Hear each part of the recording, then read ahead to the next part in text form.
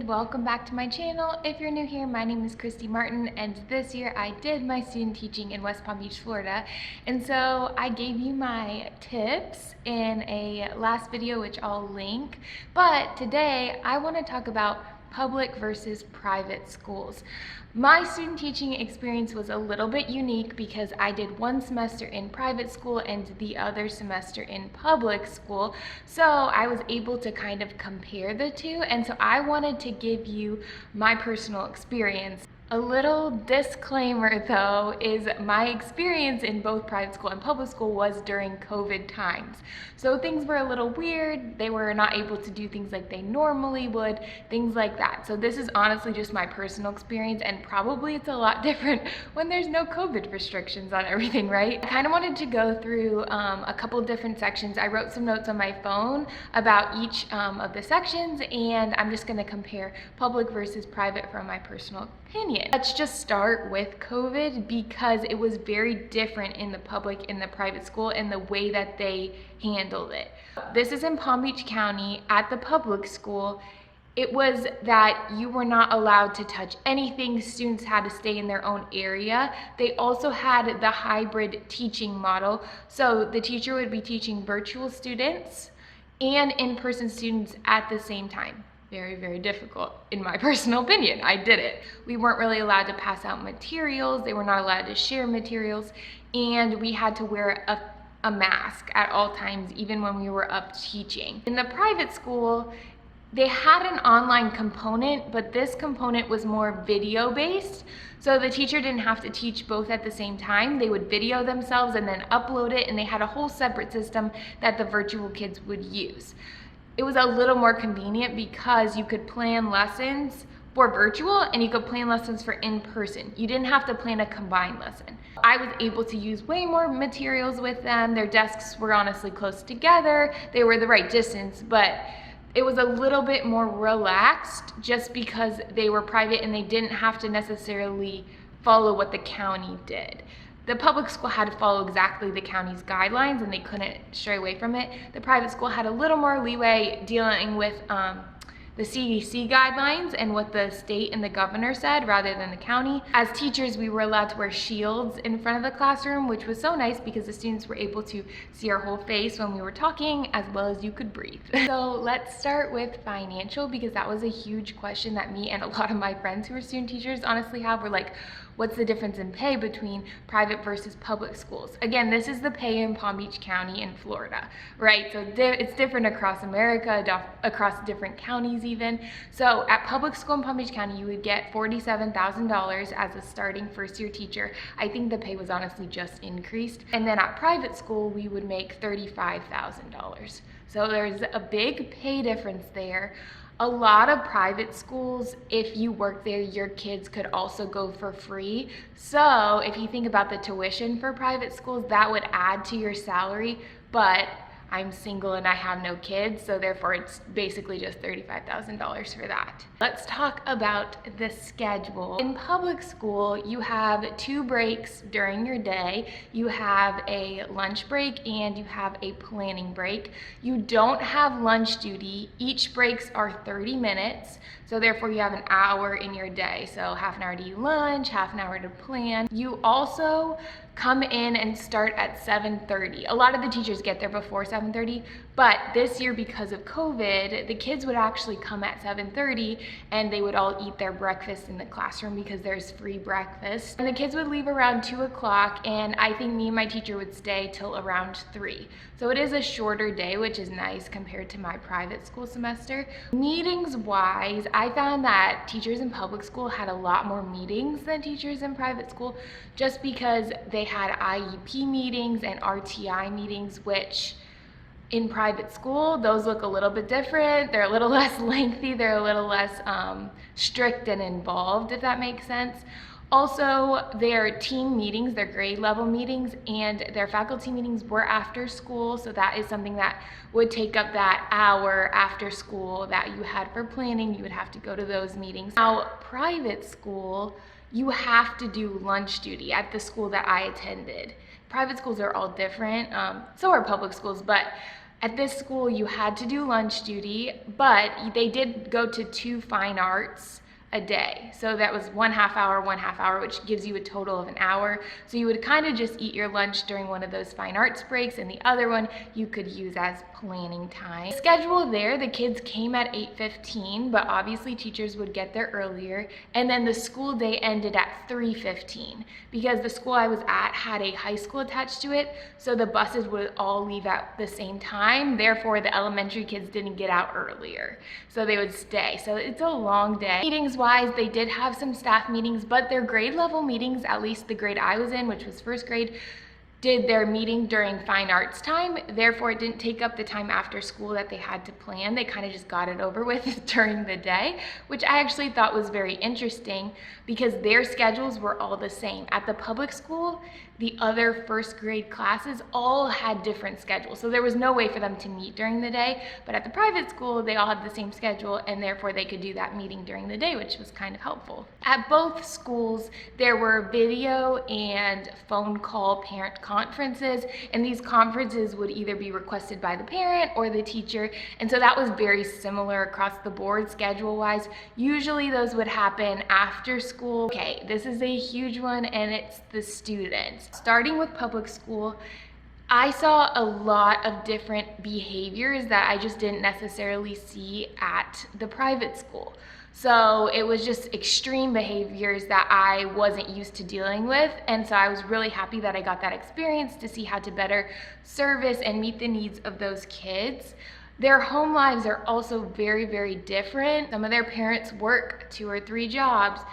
Discipline might not be there in the home and things like that. They might not have the support from their parents that you would necessarily see at private school. The school itself had a bigger student population.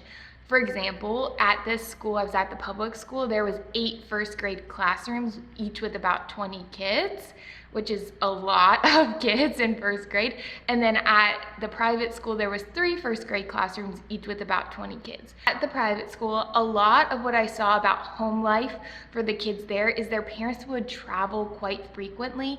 If you think about it, they do have the money to pay the tuition to go to the private school. Therefore, their parents also have the money to travel and go on trips. And some parents are traveling for business and things like that.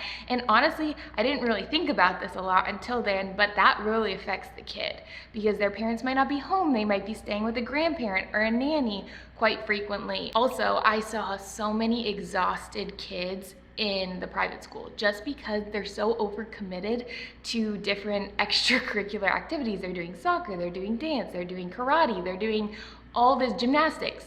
They're doing all this stuff, so they would come to school tired and their days would last so long. And then you also see a level of entitlement because they are paying so much. So it's like the parents expect it, but then that kind of trickles down to the kid and how they might act. But ultimately, in both schools, the students need love, they need support, they need to be able to trust you, they need to build that relationship because sometimes you're the only person that they feel safe with.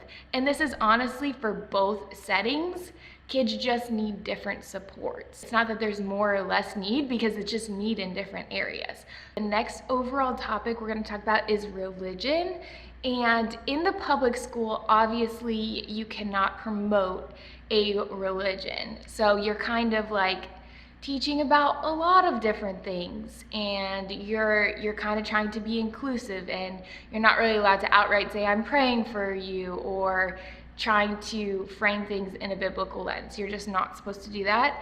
But I did notice that sometimes the public schools would promote certain things that were in the news or certain social issues that were in the news that the teachers would have to teach about, or they would have to promote, or they would have to kind of take a side on it.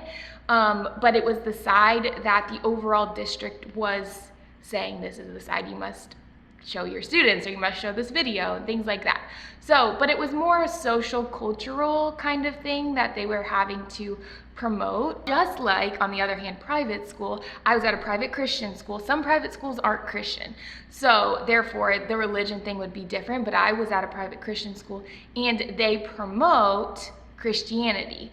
So they would frame things in a biblical lens. They would be able to talk to the students about Christianity, and they would be able to say, I'm praying for you, or help students with their behavior issues framed through that biblical lens. So it was just a lot different. Me personally, being a Christian, I did end up finding it a little bit difficult going from the Christian school, because I also grew up in a Christian school, to the public school where I couldn't talk about it at all. It kind of came to my mind multiple times that just like what I would say, and I kind of had to reframe it.